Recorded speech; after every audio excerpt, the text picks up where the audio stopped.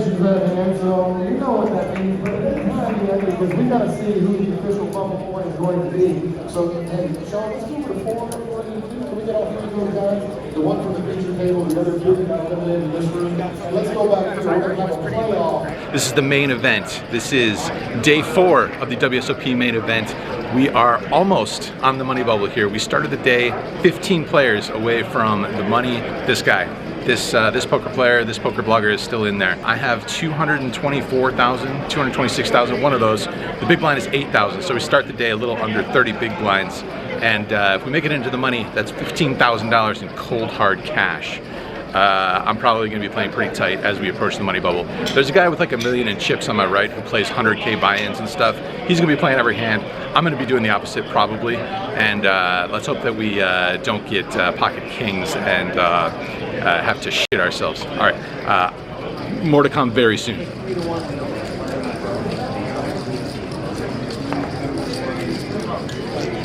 I thought it was shovel. You got an elbow.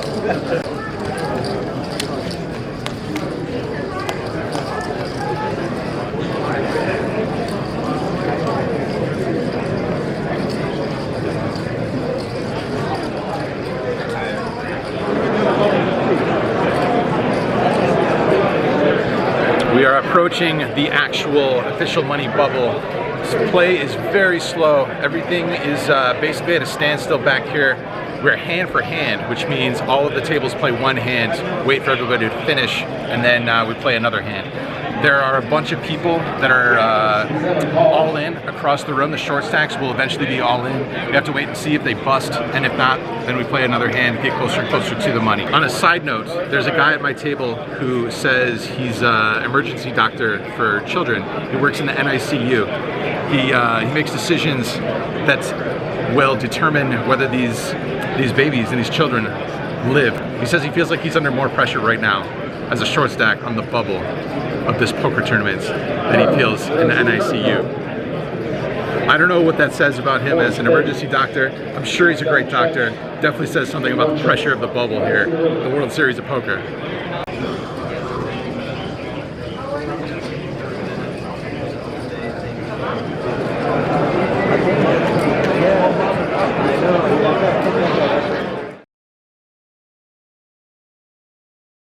But for the rest of the guys in the field, you mean? I mean the rest of the guys, yeah. Hey, you're all in the money!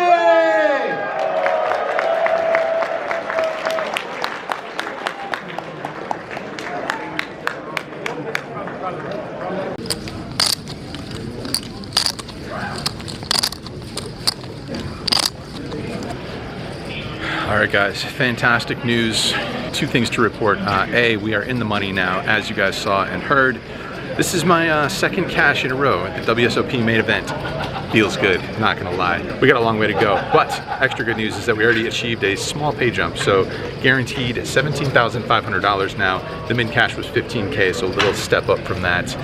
We got about 20 big blinds, so anything can happen from here. Life, as long as you have life, there's hope. On the grind. All right, you guys, I am reporting from dinner break of the WSOP main event where things are happening. Things are definitely happening. Much to report here in the 12,000 big blind level. It was a very key level. Very significant things happened. So in the first hand, an early position player makes it $25,000 to go. And we look down at the pocket aces. The best hand ever created, especially in tournaments of poker. So, obvious play is to go ahead and 3-bet. I do not do that. I go ahead and put in the flat call. I've been playing pretty tight here. I've only been playing mostly good hands here. I haven't been getting after it, mostly due to stack size, but also due to card distribution and whatnot. So I decided not 3-bet. I decided to flat call here, maybe set the trap, and what happens is the small blind folds and then the big blind rips it all in. Jams his whole stack in there. The player in early position goes into the tank for a while, but eventually ends up folding. We have the easiest call in the world, and we are up against ace king in the big blind, so it's about as good as you could ask for. Obviously, it's just a cooler situation. It didn't matter if I was flatting or 3-betting there because the chips were going to get in the middle no matter what. Anyway, we win the hand. We double up, we finally double up to 400 some odd thousand in chips, about 40 big blinds at that point, but the action does not stop there. Later on in that same level, actually pulls over to me in middle position. We look down at ace queen of diamonds, come in for the raise up to 25,000. Action folds over to the player in the big blind, who again puts in a 3-bet here, not an all-in sizing because we're pretty deep at this point, and he bakes it 62,000 to go. That's a pretty good price here. We're in position, we got a suited ace. We could maybe do some 4-betting here, but I think playing flats in position makes a ton of sense. I go ahead and make the call, and the flop comes down super interesting here. Queen 10-9 with 2 diamonds. Top pair, top kicker, nut flush draw. My opponent decides to check it, which makes a lot of sense because this flop should nail a lot of the stuff that I'm raising and then calling with pre-flop. The flop is so good, we hit it so hard that I'm gonna go ahead and put in a bet. There's for sure some merit to checking back here because we're not beating his strongest hands that he 3-bets with, but there's just so much connectivity here with our hand. So let's bet some chips. I bet 45,000, and my opponent thinks about it for not really too long before check raising makes it 200,000 to go. As mentioned, we don't really have too much more than that behind. We have so much hand here that it's a little bit awkward if we just flat call, because that won't leave very much behind. We started the hand somewhere around 450K effective, something like that, maybe even a little bit more, but not too much more. So after some thought, some deliberation, we're sticking the chips in there, and we jam it all in, and my opponent does not snap call, which is very interesting, but in the end, he's committed so many chips, he eventually does have to make the call, and he does so with 2 black aces. So it's good news, bad news, because we cannot make 2 pair to make the best hand, but at least he doesn't have like a set or something to put us in really bad shape. Anyway, we're off to see a turn and a river card, but only the turn card matters because we hit a diamond right away. Just an incredible situation here, nailing the nut flush on the turn, and that is going to seal the hand and put us up to our high water mark, dragging a massive pot here. We drag in over 900,000 in chips at the 12K big blind level, and we are cruising now. That is a lot of chips. That feels great. We are running good at this point. No jinx, knock on wood, do whatever you have to do. But we're gonna see if we can keep this thing going. Post dinner break, as you can see, the tables are empty behind me. I'm gonna go get some food. This day is gonna go a little bit later because of the bubble that took a couple of hours or so. So this will be a slightly longer day, and these days are a grind, but things are looking okay for the time being.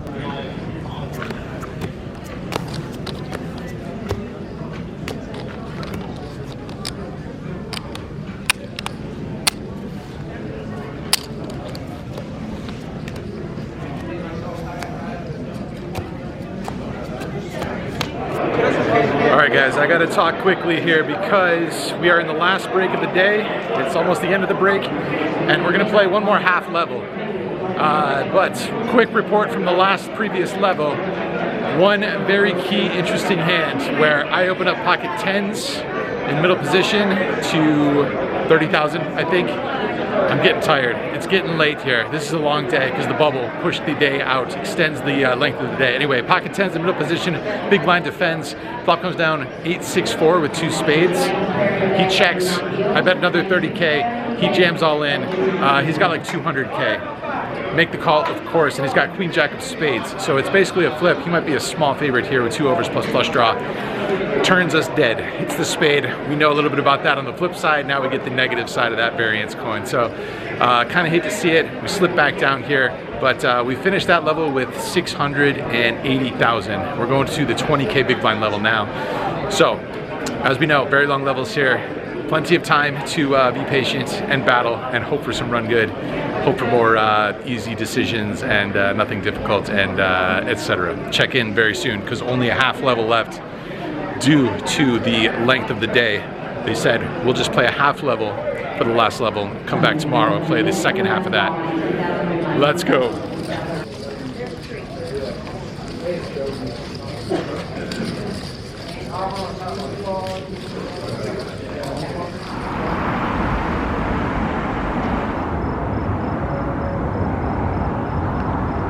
Normally when I'm standing out here at the end of a tournament day, it's bad news, but there's no such thing today because we still have chips, and those chips are in a bag, and that bag will be unsealed, and we'll be utilizing those chips tomorrow at day 5. We are still in there. We have 760,000 in chips, I believe, and we got 1 more hour on 20K big blinds to play when we resume. The last time I played the WSOP main event, we finished on day 5. Feels pretty damn good to be back right in the mix and another day 5. We have $32,500 locked up, 522 players remaining. We are one of those 522. I'm going to bed. It's currently 1:09 in the morning, and we got to be back here at noon. So I'm going to try and decompress because we are hyped up at the moment. I'm going to go home, try and get some sleep. See you very soon. See you in the morning.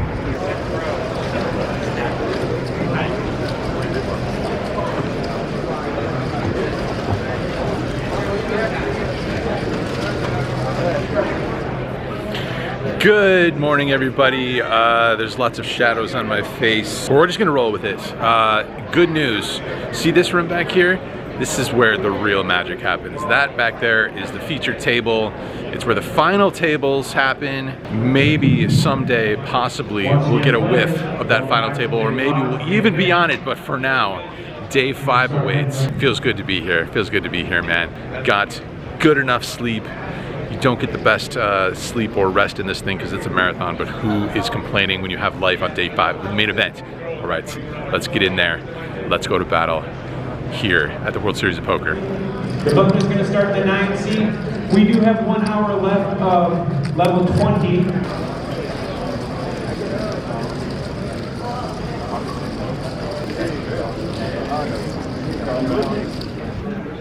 All right, guys, quick update here. We're on the first break. Not the best start of all time, thanks to a flurry of hands right off the bat. I played like the first 3 or 4 or 5 hands off of the deck, give or take. First hand I raised with the ace-8 of spades from under the gun +1, and the big blind defends, and the flop comes down very connected and middling, which I would almost always check back when check 2, but something about the exact situation, the player leaning a little bit more towards recreational. If I'm playing against a GTO robot, then I would always check back here with pretty much my full range, But anyway, I decided to bet it here with the gut shot and backdoor spades, and my opponent calls. Turn is the ace of clubs, 3rd club. That player checks, and I decide to check back now with the flush completing. River is an offsuit jack. She bets very small, 30K into a bunch. We have to call here, and we get shown the 10 deuce of clubs for a flush. So that is disappointing. But we carry on. Very next hand, I raise ace-5 of diamonds from under the gun and win the blinds. I fold the big blind, but then in the small blind, there's a raise from early position. The button flat calls, and we look down at pocket jacks in the small blind. It's a little bit scary because when we 3-bet, we're gonna hate it if we get jammed on by a covering stack that raised in early position. And it's not gonna feel great, but flatting jacks here with a bunch of money in the middle there, and it's the 4th best hand. Got to do it. Muscle it up, put in the 3-bet, and both players fold. So that was easy in the end. But carry on, and we play the button, raising the queen 10 of diamonds. Small blind folds, and the big blind puts in a sizable 3-bet up to 150,000 over our 40K open. A little unsure. It just feels super weak to fold suited Broadway cards here to a 3-bet in position. This player is a good player, which is good news, bad news. Means their range could be wider, but they're also going to make less mistakes. Anyway, it feels too weak to fold, so I make the call. Flop goes down 7-7-6 with 1 diamond. They bet 75K, and I'm not sure what to do here with 2 overs and a backdoor flush draw. With all that going on and a small sizing, feels like we should be peeling. The downside to that is that we have no visibility as to what cards are good for us. If we hit a queen or a 10, we could still be losing to an overpair. Just stuff like that. There's a bunch of uncertainty to the hand, so I just decided to fold there. Chips are also valuable, and I don't want to bleed too much calling with queen high. So we let that one go, and we chipped down a little bit in this level as a result. So we're coming back to about 560,000, I want to say, with the big blind going to 25K. So long levels, we'll have a chance, but something will probably happen in this level. We'll see if we can keep this thing rolling.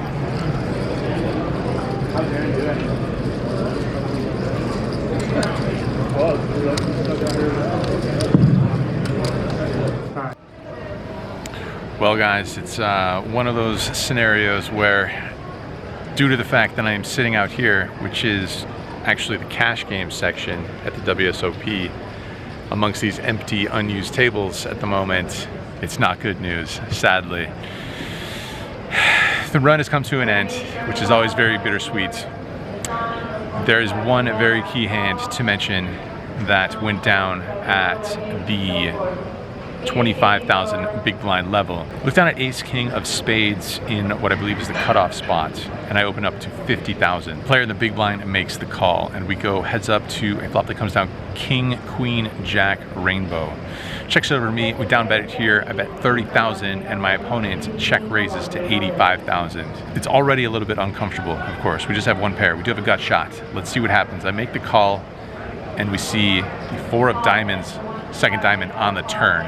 At this point, my opponent thinks about it for a little bit and then jams his entire stack in, which covers mine and puts us at risk if we are to make this call here. And it leads to me making the longest tank of my life. I go into the tank deeper than I've ever gone into the tank before. If anyone doesn't know what going into the tank means in poker, it means you're just sitting there thinking about what to do. Complicating things is the fact that we are about 2 spots away from a pay jump from 35K to 40K. Now, in the scheme of the WSOP main event, that's not a big pay jump, but each one matters, and it's 5,000 real dollars to consider. If we don't make the call, if we fold, we'll have 305,000 in chips, which is somewhat workable. We will be short, of course, but we'll still have over 10 big blinds at least if we fold, and we still have our tournament life. It's a very tough decision because I have no reads on this opponent. It feels not great. My guess is that he's a recreational player, and my guess is that he's probably not overvaluing a king, maybe something like king 10, top pair plus open ender. You can always just call with those hands rather than risking basically the majority of your chips. I don't think he's going crazy with like jack 10, queen 10, or a top pair, no kicker, no draw situation like that. I tell the table that they can feel free to call the clock on me if they want, and I will not be insulted because I'm taking so damn long with this hand, and they end up calling the clock, which is very understandable because, as mentioned, I was taking forever. So they call the clock on me, and what I decided to do is let the clock tick all the way down because I can't make a decision in this spot. I'm not sure what to do. Can't make the read and decide to let my hand die. My opponent is nice enough to show me what he has in the spot before asking me if I have ace king, saying I'm behind if I have that hand, and that is what I tell him. I had the ace king spades, and he shows me the queen jack, which means bottom 2 pair is the best hand, at least in that moment. We did have some outs, ace, king, or 10, but with one card to come and our tournament life at risk, I guess I'm happy with the fold. So that was the most key hand of the day, and it does not go our way, but we do manage to salvage some chips. But we go through the blinds a couple more times, and I eventually get it all in with the king jack suited versus the ace 8 offsuit for the last handful of blinds. And that is the end of our WSOP main event run. And now I'm sitting out here by myself, talking to you guys into a camera. But the sweet part of the bittersweetness of it all is that we cash out of this tournament for $40,000. That's 40,000 real American dollars into our pockets. Can't be upset about that because you have to run good for 4.5 days to get to this point and 4x your buy-in. You know, there's dreams of going all the way to the final table and taking down the World Series of Poker main event, but almost everybody, every single person dies in this thing. And to be able to play for 4 days and into day 5 for a second time in a row, in fact, that I've gone pretty deep in the WSOP main event, feels pretty good. In 2023, I finished in 164th for $59,500. We don't quite get there, but it's a pretty damn good run. We finished in 382nd, I think, for $40,000. So I didn't play in 2024, so it was pretty sweet to come back here, my first WSOP event of the year, and finish pretty damn strong. Of course, one of the best parts about these deep runs at the WSOP is all of the support that comes through on the social media channels, people that you fist bump in person here at the event. There's so many people that get excited about this event because this one is for sure a special one and possibly the only truly special poker tournament in the world, the WSOP main event. If you like this sort of thing, would love it if you would click the subscribe button. That would help me out a lot. And I will see you guys again very soon. Thanks for watching. Cheers.